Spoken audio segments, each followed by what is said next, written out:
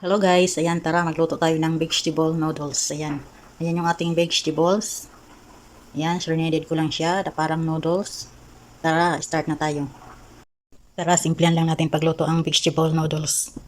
Ayan, lagay tayo ng mantika. Kunti lang. Tapos lagyan natin ng butter.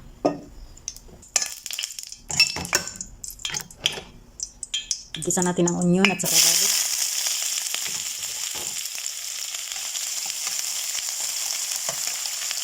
Lagyan natin ng chicken cubes. Yan lang ang ating sahog, pampalasa. Lagyan natin ng coriander powder. Tapos cumin powder.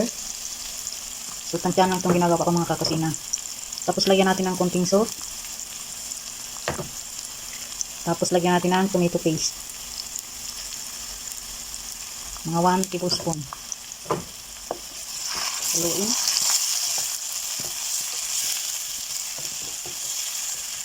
Lagyan natin ng tomato puree.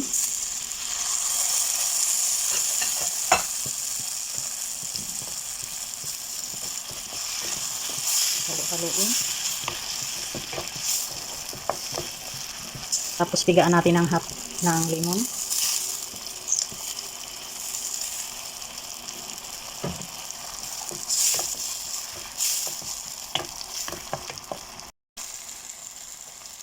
Lagyan natin ng carrots. Ating pumpkin. Itong ating potato. Tapos itong zucchini. Ayan.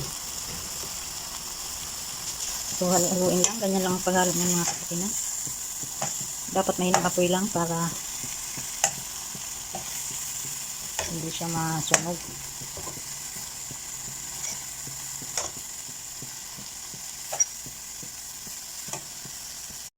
So, ayan. After natin mahalo, ayan ang tsura niya. So, hindi natin yan nilagyan ng sabaw kasi magkakatas din yung ating vegetables. Ayan o. Mahinang apoy lang para lumabas yung katas ng ating vegetables at din paluto sa kanya. Yan, sa ating gulay. Yung sariling katas nila. Yan. Hindi pa. Yan, check natin. O, diba? Tulong na siya. Sarap. So, ayan na siya mga kakusina. O. Ilagyan ko siya ng lettuce para magmukha siyang pansit talaga o noodles.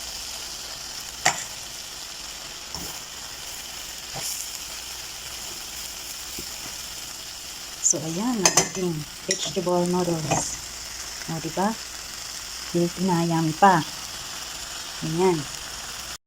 So ayan na yung ating vegetable noodles. So diba? Ang sarap at saka healthy pa.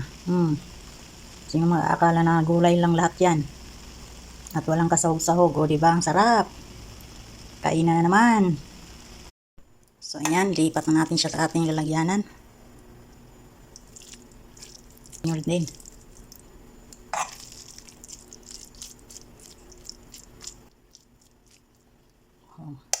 Yan na yung ating vegetable noodles. Super healthy niya mga kakusina. Ayan lang. Tara, kain tayo.